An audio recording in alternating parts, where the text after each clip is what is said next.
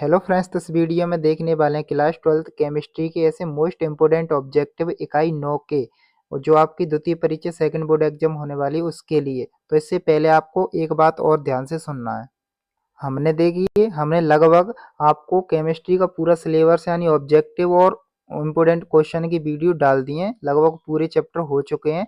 देख सकते हो यहाँ पर इकाई 1 हो गई है, 2 हो गई है, 3 हो गई है, 4 भी कर दिए, 5 भी, 6 भी और 7 भी, 8 भी और 9 आप ये देखने वाले हो इस वीडियो में, और 10 के आपको मिल जाएंगे।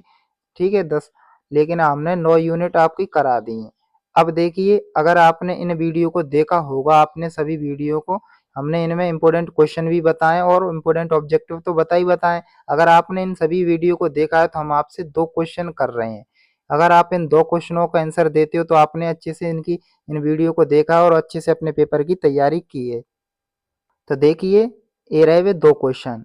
क्वेश्चन देखिए, पहला है ईडीटीए का जो रासायनिक नाम है वो बताना है, या फिर ईडीटी का पूरा नाम कैसे भी आ सकता है। तो ईडीटी का पूरा पूरा नाम या फिर रासायनिक नाम बताना है। और दूसरा प्रश्न है, 2 या 2 से अधिक अवयवों का समांगी मिश्रण क्या कहलाता है। अगर इन दोनों क्वेश्चनों के आंसर आप कमेंट बॉक्स में बताते हो, कमेंट में इनके उत्तर बताते हो, तो आपको लगभग केमिस्ट्री अच्छे से याद है, आप पास हो जाओगे। क्योंकि अगर आपने वीडियो देखी होंगी तभी तो ये क्वेश्चन याद है। और दोनों ही सिंपल क्वेश्चन है, ऐसे नहीं कि टफ क्वेश्चन हमने पूछे हैं, और दोनों ही हमने वीडियो में कराए हैं। तो आपको क्या करना है, इन दोनों ही क्वेश्चनों के आंसर इस वीडियो के कमेंट में जरूर बताना है, जिससे हमें पता चल सके कि कितना क्वेश्चन आपको याद है, आपने वीडियो देखी भी है कि नहीं देखी है। और आपको बता दें, इकाई 9 है ना, इससे आपके ऑब्जेक्टिव ज़्यादा पूछे गए हैं पिछले वर्षों से, तो इसलिए इस यूनिट के ज़्यादा ऑब्जेक्टिव आपको पढ़ने हैं। ठीक है, ऑर्गेनिक केमिस्ट्री का ये चैप्टर बहुत बड़ा चैप्टर है और ऑब्जेक्टिव के मामले में। ठीक है, ऑब्जेक्टिव ज़्यादा है इससे। तो देखिए, जल्दी जल्दी से हम बता रहे हैं आपको, वीडियो को देख लेना है। जैसे द्रवल क्षारक क्या है, तो अमोनिया द्रवल क्षारक है, ये आपको ऐसे याद रख लेना है। अगला देखिए कि जो मीरवेन का तेल है वो क्या है, नाइट्रोबेंजीन।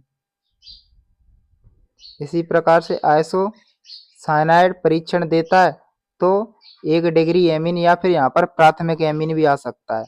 ठीक है, अच्छे से याद रखना है। अगला है यहाँ पर, नाइट्राइल के अपचयन से बनता है, तो प्राथमिक एमीन बनता है। ठीक है, अगला देखिए यहाँ पर,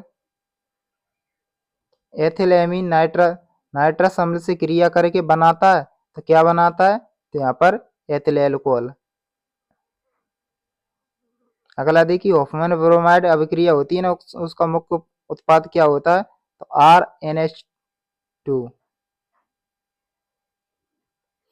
अगला देखिए यहाँ पर पूछा, एथेन 1 और 2 डाईएमीन है, तो ये आपका आंसर हो जाएगा यहाँ पर, देख लीजिए option number first, H2N CH2 CH2 और NH2। इसी प्रकार से अगला है, एसीटामाइड ब्रोमीन एवं क्षार के साथ क्रिया करें क्या प्राप्त होता है, तो मेथिलेमीन। एमीन की प्रकृति कैसी होती है, क्षारीय। ये इंपोर्टेंट है, आ सकता है सत्य में। अगला देखिए यहाँ पर, निम्न में से कौन सा यौगिक रंजक परीक्षण देता है, तो एनिलीन। अगला यहाँ पर, अकार्बनिक यौगिकों को जो गर्म करने पर कार्बनिक यौगिक देता है, तो क्या है, अमोनियम साइनेट। अब यहाँ से देखिए, रिक्त स्थान है। रिक्त स्थान में पहला है, कार्मिन एमीन परीक्षण केवल प्राथमिक एमीन देता है। यहाँ पर जरूर अच्छे से इम्पोर्टेंट है, कैसे भी क्वेश्चन घूम के आ सकता है, लेकिन इसे अच्छे से याद रखना है। अगला यहाँ पर, मीरवेन तेल को नाइट्रोबेंजीन भी कहते हैं, जो आपको ऑब्जेक्ट में भी बताया। अगला यहाँ पर, प्राथमिक एमीन को क्लोरोफॉर्म और एल्कोहल QH के साथ गर्म करने पर क्या बनता है, यहाँ पर एल्किल आइसोसाइनाइड उत्पन्न होता है, याद रखना है। अगला, एमीन की क्षारीय प्रकृति नाइट्रोजन परमाणु की उपस्थिति एकांक इलेक्ट्रॉन युग्म के कारण होती है।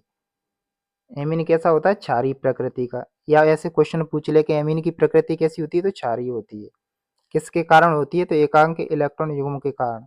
मस्टर्ड ऑयल अभिक्रिया का मुख्य उत्पाद क्या है, एल्किल आइसोथायोसाइनाइड साइनेट।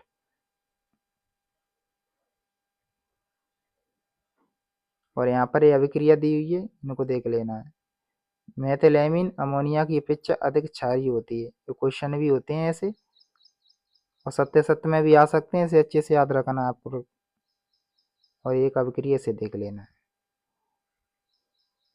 अगला देखिए यहाँ पर निम्न निम्नतर एलिफेटिक एमीन मछली जैसी गंध वाली गैस है। यहाँ पर एथिलेमिन अमोनिया से क्या अधिक क्षारीय है। ट्राइनाइट्रोटोइलिन एक विस्फोटक पदार्थ है जिसे टीएनटी कहते हैं, अच्छे से याद रखना है इसे। मेथिलेमिन एथिलेमिन से कम क्षारीय है। अब देखिए दोनों क्वेश्चन देख सकते हो, इनको अच्छे से याद रखना है। और एनिलीन कमरे के ताप पर ब्रोमीन से अभिक्रिया करके क्या बनाती है, 2-6 ट्राइब्रोमो एनिलीन का सफेद अवक्षेप बनाती है। अगला स्टीफेन अभिक्रिया द्वारा एल्केन साइनाइड को एल्डिहाइड में परिवर्तन करते हैं। यह अभिक्रिया स्टीफेन अभिक्रिया द्वारा। अब यहाँ से जोड़ी देखिए, जोड़ी इंपोर्टेंट है तो जोड़ियों को अच्छे से देख लीजिए। हिंसवर्ग अभिकर्मक का सूत्र आपको कर लेना है, ठीक है, इसे अच्छे से याद रखना है हिंसवर्ग अभिकर्मक के सूत्रों को।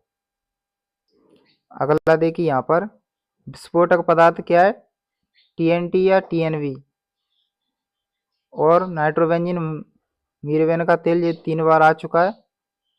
पहले सही विकल्प में बताया था, रिक्त स्थान में बताया, अब जोड़ी में बता दिया, तो अच्छे से याद रखना है इसे। कार्बेल एमीन परीक्षण देता है तो प्राथमिक एमीन। अब यहाँ पर देखिए डाई एजोनियम लवण होता है, उसका सूत्र आपको अच्छे से याद रखना है। मीरवेन तेल का होता है, इसे अच्छे से याद रखना है।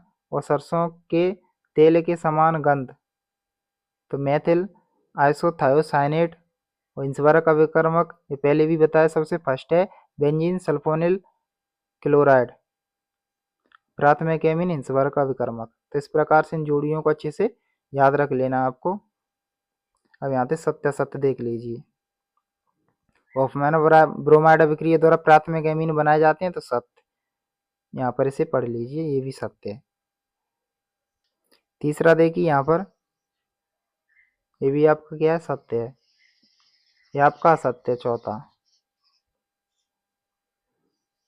ये आपका सत्य हो जाएगा, ये भी सत्य है। हिंसवर्ग अभिकर्मक द्वारा प्राथमिक और द्वितीयक एमीन से क्रिया करके सल्फोनामाइड बनते हैं। अब यहाँ पे एक वाक्य में उत्तर देख लीजिए। एमीन जल में विलय होते हैं, कारण लिखिए। एमीन जल में विलय क्यों होते हैं, ऐसे भी क्वेश्चन आ जाए तो कारण लिख लीजिए आप, हाइड्रोजन बंध बनने के कारण। अगला है वायु में खुला छोड़ने पर एनिलीन काला भूरा पड़ जाता है, क्यों, तो वायु से ऑक्सीकृत होकर। अगला देखिए यहाँ पर प्राथमिक एमीन की गिरगनाड अभिकर्मक के साथ अभिक्रिया करने से बनने वाला उत्पाद होता है एल्केन। मस्टर्ड ऑयल अभिक्रिया का मुख्य उत्पाद क्या होता है, तो एल्किल आइसोथायोसाइनेट, ये पहले भी बता दिया है।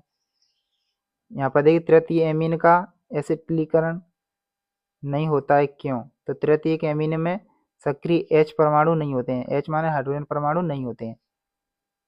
अगला देखिए यहाँ पर नाइट्रोबेंजीन अम्लीय माध्यम में अपचित होकर क्या होता है, एनिलीन बनता है।